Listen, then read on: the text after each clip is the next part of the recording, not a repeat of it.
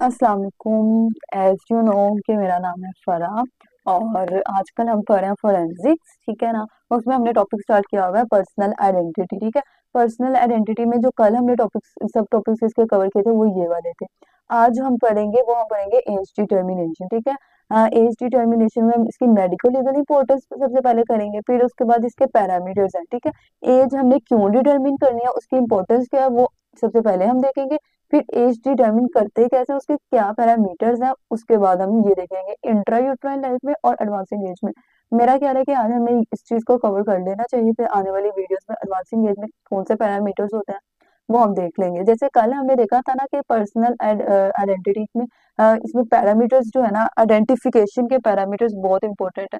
तो आज इसी तरह से जो हम टॉपिक कवर करेंगे ना, मेडिको लीगल इंपॉर्टेंस, ये भी बहुत ज्यादा पूछा गया है पास्ट पेपर में। अब आप ये देखो, कल हमने किया था ये पैरामीटर्स ऑफ द आइडेंटिफिकेशन, तो ये इन्यूमरेट करने को आया हुआ है, तो ये इंपॉर्टेंट है। फिर उसके बाद जो है आज हमने जो करना है, ये medico legal importance of age, इसके बारे में पूछा गया है। यहाँ पे ये देखो, ये भी लिखा हुआ है medico legal significance of the as.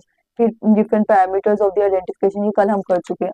तो मैं आपको इंपॉर्टेंस बता रही हूँ कि एक चीज को, इस चीज का पता होना है कि ये पास्ट पेपर्स में कितना पूछा गया है या इसकी कितनी वैल्यू और वर्थ है, तो उसको याद करने में कितना फायदा है। तो हमें उन्हीं चीजों पर ज्यादा फोकस करना चाहिए। जैसे कि ये देखिए, medico legal importance of the age कितना पूछा गया है, यहाँ पर भी legal importance of the age, सही है। अब हम ना इसको स्टार्ट करते हैं, ठीक हो गया।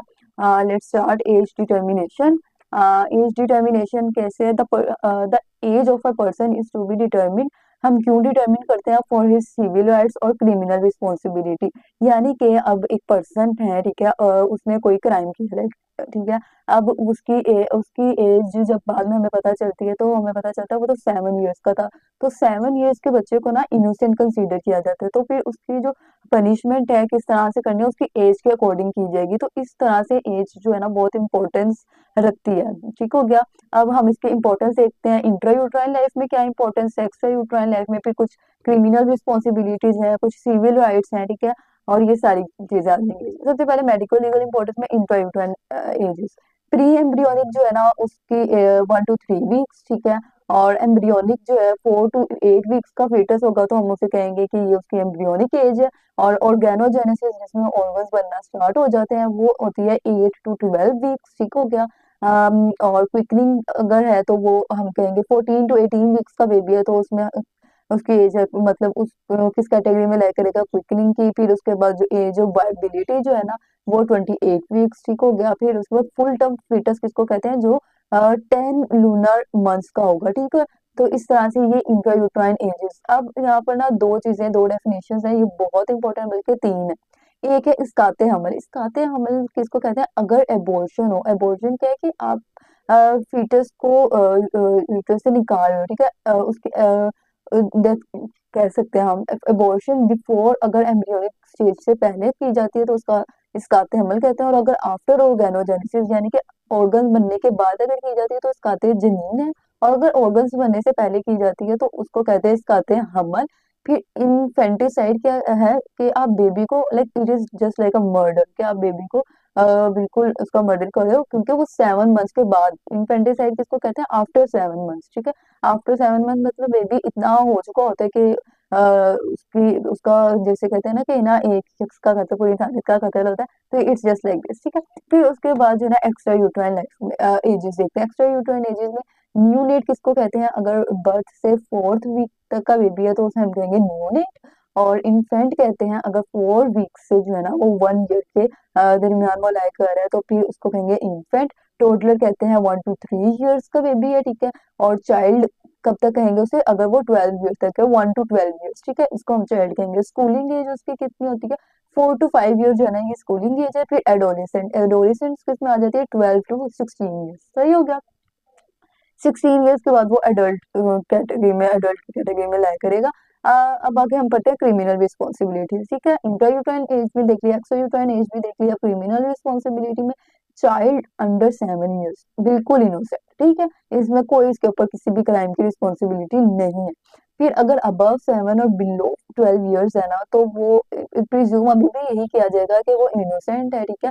और उसको पनिशमेंट जो है ना, वो लेसर पनिशमेंट उसे दी जाएगी।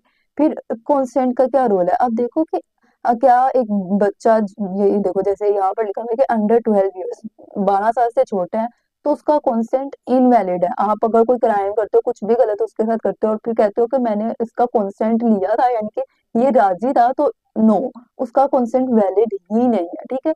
उसको माइनर कंसीडर किया जाएगा। और मेजर जो है ना, यानी एडल्ट, उसमें वो किससे कहते हैं कि अगर मेल 18 ईयर्स का हो और फीमेल 16 ईयर्स को, तो फिर उनको जो है ना वो एडल्ट कंसीडर किया जाएगा। यानी कि 16 से बिलो होता है तो हमने उसको क्या कहा था, एडोलेसेंट कहा था, ठीक हो गया। फिर उसके बाद जो है ना, अब ये देखो, अगर अंडर 15 ईयर्स है तो उससे फैक्ट्री में काम करने की कोई परमिशन नहीं है, ठीक है। और अगर 17 ईयर्स का है कुछ, और उसे माइन में काम करने की कोई परमिशन नहीं है। कुछ पेरेंट्स वगैरह या कुछ होते हैं ना, मतलब अपने बच्चों को जो है ना वो फैक्ट्रीज और माइन वगैरह में काम के लिए भेज देते हैं, लेकिन उन्होंने इस चीज के कैटेगराइज कर दिया कि भाई अगर फैक्ट्री में काम नहीं वो कर सकता अगर वो 15 बिलो है, और माइंस में वो काम नहीं कर सकता अगर वो 17 बिलो है। और किडनैपिंग किसे कहेंगे, अगर मेल अंडर 14 है और फीमेल अंडर 16 है, सही है। और एबडक्शन किसे कहेंगे, अगर मेल अंडर 18 है और फीमेल अंडर 16 है, ठीक है। यहाँ पर फीमेल 16 है, ठीक है, यहाँ पर अंडर 16 थी, यहाँ 16 है। फिर नैपिंग में मेल 14 था और एबडक्शन में मेल 18 है। और ये देखें, ये यहाँ पर भी अंडर 16, फीमेल 16, 16, 16, जिना बिल जबर, यानी कि अंडर 16 जो है ना ये इस कैटेगरी में रहेगा कि जिना बिल जबर। अगर आप कहते हो कि भाई उसका कॉन्सेंट था, तो it would be invalid, because under 16 है तो हम उसे इसी कैटेगरी में रखेंगे। फिर उसके बाद आ जाओ कोर्ट मैरिज। कोर्ट मैरिज, अगर मेल अबव 21 है तो वो कोर्ट मैरिज कर सकता है, और अगर फीमेल अबव 18 है, सही है। और फिर उसके बाद जो है ना फॉरेन गर्ल इंपोर्ट, अगर गर्ल अबव 21 ईयर्स है। फिर कुछ सिविल राइट्स हैं। सिविल राइट्स में यहाँ पर आप देखें, तीन जो है ना, फर्स्ट थ्री इसमें एडल्ट, कॉन्सेंट वैलिड और मैरिज, इन तीनों में मेल 18 का है और फीमेल 16 की है, ठीक है। इसको याद करना आसान हो जाएगा। फिर उसके बाद आ जाओ टू ज्वाइन गवर्नमेंट सर्विस, ठीक है। गवर्नमेंट सर्विस को ज्वाइन करने के लिए एज होनी चाहिए 18 to 25 ईयर्स। फिर हेल्थ सर्विस को ज्वाइन करने के लिए 18 to 35 ईयर्स। और रिटायरमेंट एज 60 ईयर्स होती है। और सीनियर पोस्ट जो है ना वो अबव 25 ईयर्स है, यानी कि 25 ईयर्स से पहले आपको कोई सीनियर पोस्ट नहीं मिलेगी। और आईडी कार्ड कब बन सकता है आपका, 18 ईयर्स में ही बनता है, उससे पहले नहीं बनता। और पासपोर्ट 12 ईयर्स, ठीक है। और ड्राइविंग लाइसेंस कब बनेगा, अगर कोई लाइट व्हीकल है तो 18 ईयर्स तक बन सकता है, लेकिन अगर कोई हैवी व्हीकल है तो उसके लिए आपकी एज 21 ईयर्स होना जरूरी है। अगर आप एम एन ए एमपीए की सीट के लिए कैंडिडेट के लिए अप्लाई करना चाहते हो तो उसके लिए आपकी एज 25 होना जरूरी है। और लास्ट में आ जाता है प्रेसिडेंट, यानी कि 40 ईयर्स से छोटा कोई भी प्रेसिडेंट नहीं हो सकता, उसके लिए 40 ईयर्स होना जरूरी है, ठीक हो गया। अब अगर कोई प्रेसिडेंट बनना चाहता है तो वो इस चीज का वेट करे, पहले 40 ईयर्स का हो। फिर उसके बाद अभी हमने ये बातें कर ली, मेरे ख्याल से वीडियोस तो थोड़ी लंबी होती जा रही है, तो हम जो है ना ये वाला नेक्स्ट टॉपिक पैरामीटर्स वो हम नेक्स्ट वीडियो में कर लेंगे, ठीक है। फिर उसमें हम इंटरव्यू ट्रेन पहले कर लेंगे और फिर उसके बाद एडवांसिंग एज आने वाली वीडियोस में कर लेंगे। होप सो आपको ये वीडियो मेरी पसंद आई होगी।